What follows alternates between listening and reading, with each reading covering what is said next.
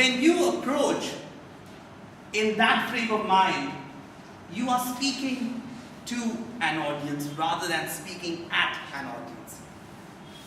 And one of the great examples of this approach, at least in modern times, was when Robert Kennedy spoke the night Martin Luther King was killed. He went to this township, a black-dominated township, much against the advice of his advisors.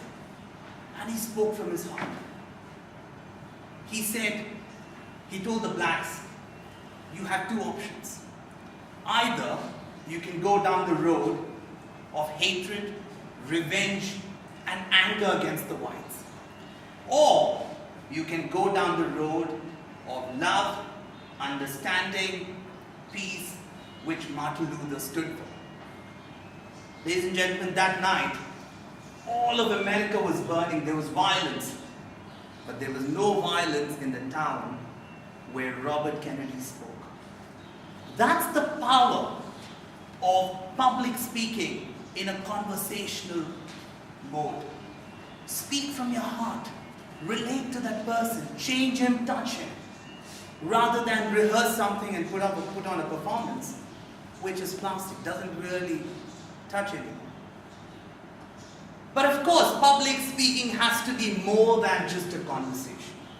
As Professor James Winnan, who was a professor of communication at Cambridge in the 1930s, he said public speech should be an enlarged conversation. Meaning, you got to use some gestures, some body movement, some facial expression, some voice modulation. And then you could gain the attention of an audience. And not only that, you can even retain their attention. And what better place for us to practice and hone this skill than this stage that Toastmasters has provided. And we can't thank enough the person who founded this movement, Dr. Ralph C. Smedley. So this evening, you are going to witness 4 prepared speeches where speakers will come up and deliver speeches based on guidelines from Toastmasters management. And then we're going to break for tea. We're going to come back and then we're going to have the table topic session, which is impromptu speaking. Any one of you could be called up to come here, given a topic, and you need to hold forth for at least 2 minutes.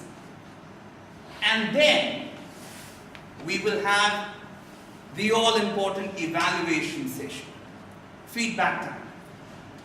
And the evaluation session is led by a general evaluator. This evening, we have a very distinguished Toastmaster amidst us. When I spoke with her, I was reminded of what Dr. Samuel Johnson spoke about David Garrick, who used to be a theatre actor, a theatre person in the 18th century in England. Johnson said, only on the stage he lived, in life he acted. But let me hasten to say that for her, only the first part of the quote works. She is a dancer. She has been performing Bharatanatyam since the age of 5. And she runs her own dance school.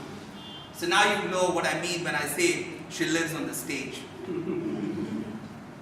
She works for an immigration company. She's been a Toastmaster for 4 years.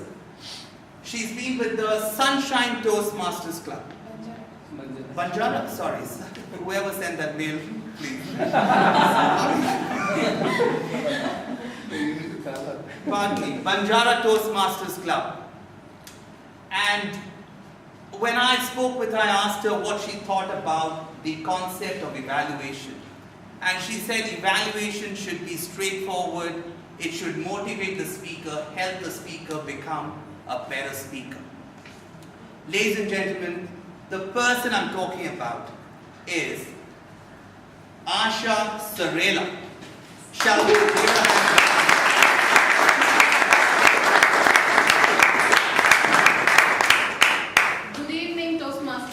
Good evening. As a